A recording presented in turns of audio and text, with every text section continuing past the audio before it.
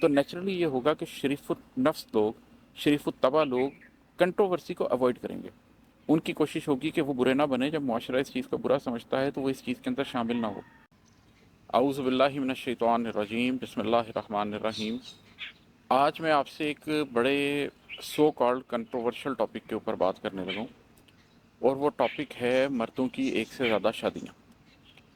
میں اس کے اوپر مذہبی فکر سے بھی آگاہ ہوں، اور میں ان تمام علماء کرام کی رائے سے آگاہ ہوں جو اس کو بہت زیادہ پروموٹ کرتے ہیں، اور جن کا خیال ہے کہ اس کے اوپر کسی قسم کی کوئی قدغن نہیں ہونی چاہیے، اور مردوں کو ابھارتے ہیں اس بات کے اوپر کہ آپ 2 3 یا 4 شادیاں کریں.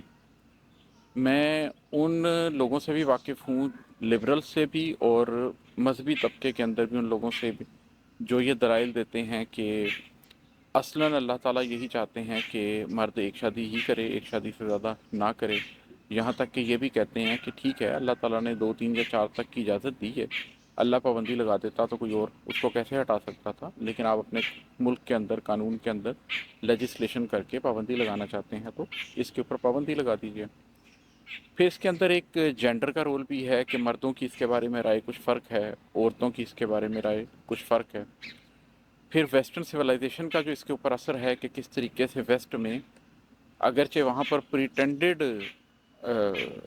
ہے یہ ساری چیز کہ لوگ صرف ایک شادی کرتے ہیں، حقیقت تو یہ ہے کہ وہاں پر جو کچھ بھی ہے وہ چھپ چھپا کے ہو رہا ہے، اور اس معاشرے کے اندر بگاڑ اس سے زیادہ بھی ہے. پھر اس کے علاوہ ہندو معاشرت کا جو ایک اثر ہے وہ بھی سب کچھ پایا جاتا ہے. لیکن میں ایک چیز جس پہ حیران ہوتا ہوں وہ یہ ہے کہ جو حقیقی کانٹیکسٹ ہے، جو حقیقی ڈیموگرافی ہے جس کی وجہ سے یہ ساری بات کی گئی ہے، اس کو کوئی بھی ڈسکس کرتا ہوا نظر نہیں آتا. تو میں نے یہ ضروری سمجھا کہ اس کے اوپر جو میرا موقف ہے میں اس کو بڑے واضح طور پر آج بیان کر دوں کہ میں کیسے سمجھا ہوں اللہ تعالیٰ کے اس حکم کو. دیکھیے، پہلی بات تو یہ جاننا ضروری ہے کہ اللہ تعالیٰ جب کسی چیز کا حکم دیتے ہیں تو وہ چیز اس دنیا کے اندر پریکٹیکلی پاسبل ہونی چاہیے. جیسے اگر ہمیں یہ حکم دیا گیا ہے کہ ہم پانی سے وضو کریں، اگر اس دنیا کے اندر پانی پایا ہی نہ جاتا، اس کی جگہ کوئی اور لکوڈ پایا جاتا، تو دنیا بھی اللہ نے بنائی ہے اور قرآن بھی اللہ نے نازل کیا، حکم بھی اللہ کا ہے اور اسی دنیا کے بارے میں. اس بات کی کوئی لاجک نہیں رہ جاتی تھی کہ پانی سے وضو کرو اگر دنیا میں پانی پایا ہی نہیں جاتا. یہ لاجیکل ہو جاتی نا بات. جب اللہ تعالیٰ نے یہ دنیا بنائی ہے اور اللہ تعالیٰ نے ہی قرآن کو نازل کیا ہے تو یہ بات بالکل طے ہو جاتی ہے کہ اس دنیا کے اور قرآن کے درمیان ایک مماثلت پائی جانی چاہیے. اب آپ دیکھیے کہ اس دنیا کے اندر ہو کیا رہا ہے. اگر اللہ تعالیٰ یہ چاہتے کہ ہر مرد 4 شادیاں کرے تو مردوں کی ایوریج پاپولیشن تقریباً 20% ہونی چاہیے. تبھی 20% لوگ 80% عورتوں سے شادیاں کریں گے. 4 شادیاں اس کے بغیر ممکن ہی نہیں ہیں ہر شخص کی. اگر اللہ تعالیٰ یہ چاہتے کہ ہر شخص 3 شادیاں کرے تو مردوں کی پاپولیشن 25% ہونی چاہیے، تبھی 25 مرد 75 عورتوں سے شادی کر سکیں گے.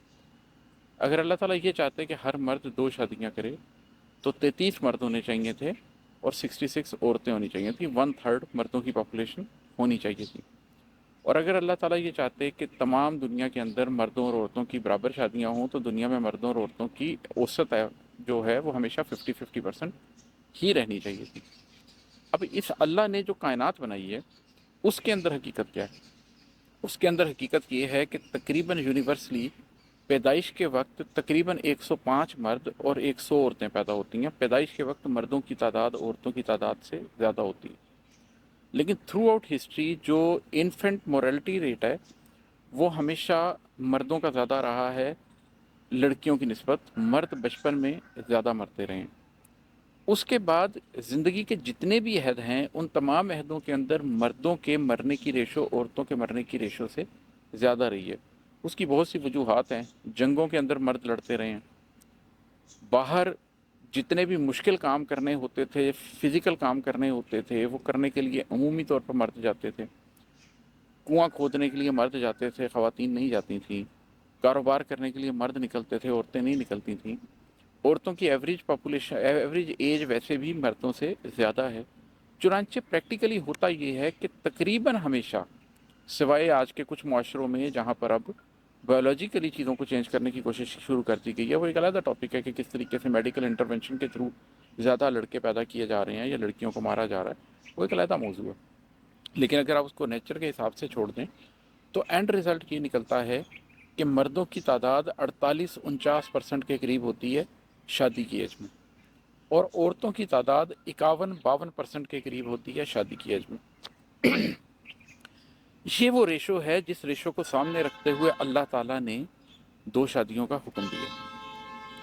اب اگر ہر مرد 2 شادیوں کی کوشش کرنا بھی چاہے، پورا معاشرہ اس بات پہ تل جائے، تمام عورتیں، تمام مرد مل کر اس بات کے اوپر طے کر لیں کہ ہم نے ہر حال میں ہر مرد کی 4 شادیاں کروانی ہیں، تو بھی ممکن ہی نہیں ہے، ہو نہیں سکتی۔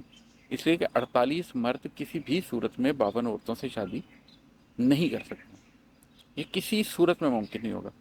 اس کی ایک سادہ مثال لے لیجئے، اگر ایک گاؤں ہو اور اس گاؤں کے اندر چھوٹا سا گاؤں ہو، اس میں صرف 200-250 لوگ ہوں، اس کے اندر شادی کی ایج کے لوگوں کی تعداد پورے 100 ہو، اور ان میں 48 مرد ہوں اور ان میں 52 عورتیں ہوں، اور یہی کل معاشرت ہو، تو کیا ہوگا؟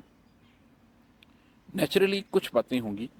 پہلی باتیں یہ ہوں گی کہ ہر مرد ایک عورت سے شادی کر لے گا، اس کے بعد 3 یا 4 عورتیں رہ جائیں گی۔ جب وہ 3 یا 4 عورتیں رہ جائیں گی تو معاشرے کے اس گاؤں کے بڑے بیٹھیں گے اور سوچیں گے کہ ان بچیوں کا کیا کرنا۔ اگر یہ بچیاں کسی گناہ میں ملوث ہو گئیں تو بھی اس پوری بستی کے اوپر گناہ آئے گا۔ اگر یہ بچیاں اپنے گھروں میں بیٹھی رہیں اور ان سے کسی نے شادی نہ کی تو بھی پوری بستی کے اوپر گناہ آئے گا۔ چنانچہ یہ فیصلہ کریں گے کہ کسی 4 مردوں کے ساتھ ان 4 بچیوں کی شادی کر دی جائے۔ اب جب پورا معاشرہ، پورا گاؤں یہ فیصلہ کرے گا تو ظاہری بات ہے کہ اس وقت خواتین کی طرف سے کچھ اعتراض بھی ہوگا کہ جی ہمارا ہسبینڈ تو ہمیں اچھی طریقے سے نہیں دیکھ سکتا، تو کیسے ہماری ساتھ ایک اور عورت کو دیکھے گا۔ نیچرلی یہ ہوگا کہ جیسے زکوٰۃ کے معاملے میں بہت سے لوگ زکوٰۃ نہیں دے سکتے، ان کے اوپر زکوٰۃ لاگو ہی نہیں ہوتی، لیکن جو صاحب حیثیت ہیں وہ زکوٰۃ دیتے ہیں، اسی طریقے سے اس معاملے میں بھی جو صاحب حیثیت مرد ہوں گے، وہ لوگ جن کی بیویاں، جن کے خاندان اس بات کی گواہی دیں گے کہ یہ شریف النفس لوگ ہیں، یہ نیک لوگ ہیں، یہ انصاف کرنے والے لوگ ہیں، جن کی بیویاں اس بات کی گواہی دیں گی کہ یہ انصاف کرنے والے لوگ ہیں، اس گاؤں میں انہی 4 کے اوپر ہاتھ رکھ کے کہا جائے گا کہ تم چاروں 2 شادیاں کر لو، یا تم میں سے کوئی 2 شادیاں کر لے، کوئی 3 شادیاں کر لے، یا تم میں سے کوئی 1 4 شادیاں کر لے۔ اور یقیناً اس معاشرے کے اندر ان 52 خواتین میں سے 2-3 خواتین آپ کو ایسی مل جائیں گی جو جس طریقے سے مرد بہت سی خیرات کرتے ہیں، صدقات کرتے ہیں، اپنے مال میں سے خرچتے ہیں، تو مردوں کے لیے مال کی حب بہت زیادہ ہے، اسی طریقے سے عورتوں کے لیے سوشل ویلیوز کی حب بہت زیادہ ہے۔ مرد کے لیے کیریئر، پیسہ اہم ہے، عورتوں کے لیے سوشل کنیکشن، ریلیشن شپ اہم ہے۔ تو جیسے کچھ مرد یہ حیثیت رکھتے ہیں، یہ استطاعت رکھتے ہیں کہ وہ اپنے نفس کو مار کے یہ فیصلہ کر لیتے ہیں کہ ہاں ہم کھل کے فیاضی سے خرچ کریں گے، اسی طریقے سے کچھ عورتیں بھی ایسی ہوں گی جو کہیں گی کہ ہاں ہم دیکھ سکتے ہیں کہ کچھ بچیاں بیٹھی ہوئی ہیں، تو ہم اپنے لیے یہ فیصلہ کرتے ہیں کہ ہم یہ سیکریفائس کریں گے، اور معاشرے میں جیسے زکوٰۃ دی جاتی ہے اسی طریقے سے یہ سوشل زکوٰۃ دی جائے گی، اور ان بچیوں کے ساتھ اپنے مردوں کی شادی کروا دی جائے گی۔ اگر یہ چھوٹے سے معاشرے کے اندر ہوگا اور اس کے علاوہ کچھ بھی نہیں ہوگا، 100 لوگوں کے گاؤں کے اندر جہاں پر 100 ایلیجیبل بیچلرز ہوں، وہاں پر اس کے علاوہ کوئی طریقہ ہی نہیں ہے اس مسئلے کو سلجھانے کا۔ لیکن مسئلہ یہ ہے کہ جب یہ معاشرہ بڑا ہو جاتا ہے، پھر کروڑوں اربوں لوگوں تک چلا جاتا ہے، تو وہ چیز ہم سے چھپ جاتی ہے۔ اب وہ ایک چھوٹے سے گاؤں میں تو سارے اکٹھے ہو کر انگلی رکھ کے بتا سکتے ہیں کہ فلاں شخص اور فلاں شخص اور فلاں شخص کے ساتھ زیادتی ہو رہی ہے اور ہماری ذمہ داری ہے کہ ہم اسے پورا کریں۔ لیکن بڑے معاشرے کے اندر ہم سب دیکھتے تو ہیں کہ ہر گھر کے اندر بچیاں بیٹھی ہوئی ہیں اور ان کے بال سفید ہو رہے ہیں۔ ہم دیکھتے تو ہیں کہ کسی لڑکی کی کسی عورت کی شادی ہوئی ہے اور اس کا میاں بہت ظالم ہے، لیکن وہ اس لیے طلاق نہیں لے رہی ہے کہ اس کے بعد میرا کیا بنے گا۔ ہم دیکھتے تو ہیں کہ ایک نکٹھو آدمی ہے جس کی یقیناً ایک شادی بھی نہیں ہونی چاہیے، لیکن اس کو آسانی سے بیوی مل جاتی ہے، صرف اس وجہ سے کہ وہ شخص جو 2 بیویاں رکھ سکتا ہے اس کو 2 بیویاں رکھنے کی اجازت نہیں دی جاتی۔ انگریزی میں ایک ٹرم ہے جس کو آپ کہتے ہیں سیلف فلفلنگ پروفیسی۔ اگر آپ معاشرے کے اندر دوسری شادی کو ٹیبو بنا دیں گے، اگر آپ دوسری شادی کو معاشرے کے اندر ایک گندی چیز بنا دیں گے، تو نیچرلی یہ ہوگا کہ شریف النفس لوگ، شریف الطبع لوگ کنٹروورسی کو اوائڈ کریں گے۔ ان کی کوشش ہوگی کہ وہ برے نہ بنے، جب معاشرہ اس چیز کو برا سمجھتا ہے تو وہ اس چیز کے اندر شامل نہ ہو۔ چنانچہ نیچرلی وہ لوگ جو عیاش ہیں، جو عیاش طبع ہیں، جو شوقین مزاج ہیں، جو نہ اللہ کے نظام کو سمجھتے ہیں، نہ وہ اللہ کے نظام کے انصاف کو سمجھتے ہیں، وہ مائل ہوں گے دوسری تیسری چوتھی شادی کی طرف۔ اور کچھ عرصے کے بعد آپ کو واضح طور پہ نظر آنے لگ جائے گا کہ جو بھی دوسری تیسری یا چوتھی شادی کرتا ہے وہ آدمی بنیادی طور پر ایک برا آدمی ہوتا ہے۔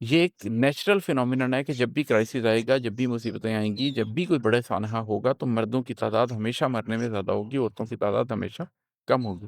قرآن کی یہ آیات جب نازل ہوئی ہیں تو یہ آیات نازل بھی اسی تناظر میں ہوئی ہیں کہ جب وہ سچویشن بن گئی کہ جس کے اندر بہت سی بچیاں یتیم ہو گئیں، اور اس کے بعد وہ بچیاں جو کہ یتیم ہو گئی ہیں اور شادی کی عمر میں ہیں، یا وہ بچیاں جو بہت چھوٹی ہیں اور وہ یتیم ہو گئی ہیں اور ان کی مائیں شادی کی عمر میں ہیں، ان دونوں کی شادیوں کے لیے اس چیز کو پروموٹ کیا گیا کہ تم ایک ایک، دو دو، تین تین، چار چار شادیاں کرو۔ تو یہ وہ سچویشن ہے جس کو میں سمجھا ہوں کہ اسلام کا بنیادی طور پر تقاضا کیا ہے۔ اسلام کے حکم کو ڈیموگرافک سے ہٹ کر سمجھنے کی کوشش مت کیجیے۔ جب آپ اس کو ڈیموگرافکس میں بن کے سمجھیں گے، آپ کو واضح طور پر یہ بات پتہ چل جائے گی کہ معاشرے کے اندر 3 یا 4% ایکسٹرا خواتین ہیں، اور یہ سارے کا سارا حکم ان کو ایڈجسٹ کرنے کے لیے ہے۔ معاشرہ اگر صرف بیچ میں دیوار بن کر نہ کھڑا ہو اور سائڈ پر ہو جائے اور مردوں کے اس بات کے اوپر اکسائے کہ آپ دوسری شادیاں کریں، تو ایک نیچرل فلٹر لگ جائے گا۔ اس نیچرل فلٹر کے نتیجے میں جو بہترین مرد ہیں وہ دوسری شادیاں کریں گے، اور جو باقی تمام مرد ہیں وہ چاہے جتنی مرضی کوشش کر لیں ان کی دوسری شادی نہیں ہوگی، ہو سکے گی ہی نہیں۔ جن کی بیویوں کو اعتراض ہوگا اور دوسری شادی کے نتیجے میں ان کے گھر نے عذاب بن جانا ہوگا، وہاں کوئی دوسری شادی کرے گا ہی نہیں۔ اگر یہ معاشرہ صرف پیچھے ہٹ جائے اور اللہ کے حکم کو چل لینے دے، تو اس کے نتیجے میں یہ سارا کچھ ویسے ہی ہو جائے گا جیسا کہ اس کو ہونا چاہیے۔ کسی صورت تمام مردوں کی 4 شادیاں نہیں ہوں گی، 3 شادیاں نہیں ہوں گی، 2 شادیاں بھی نہیں ہوں گی۔ ایک بہت چھوٹے طبقے کی 2، 3 یا 4 شادیاں ہوں گی، اور اس کے نتیجے میں معاشرے کے اندر صفائی ہو جائے گی، معاشرے کے اندر سے وہ گند بھی نکل جائے گا، اور معاشرے کے اندر سے وہ محرومی بھی نکل جائے گی جس معاشرے کے اندر پائی جاتی ہے۔ بہت سے لوگ میں جانتا ہوں کہ ان کے لیے یہی کافی ہوتا ہے کہ ایک چیز کا اللہ نے حکم دیا ہے، وہ اس کے اوپر آنکھیں بند کر کے عمل کرتے ہیں، چیزیں خود ہی درست ہو جاتی ہیں۔ لیکن وہ لوگ جن کو لاجک چاہیے تھی، ان کے سامنے آج میں نے بڑی تفصیل سے اس لاجک کو بھی بیان کر دیا ہے۔ امید ہے کہ وہ لوگ جو اس بات کو سمجھنا چاہیں گے وہ یقیناً اس بات کو سمجھ لیں گے، اور جن لوگوں کے دل میں ابھی بھی اللہ کے حکم کے خلاف کوئی بغض یا عناد پایا جاتا ہے، یقیناً میں ان کو سمجھانے سے قاصر ہوں۔ بہت شکریہ۔ السلام علیکم۔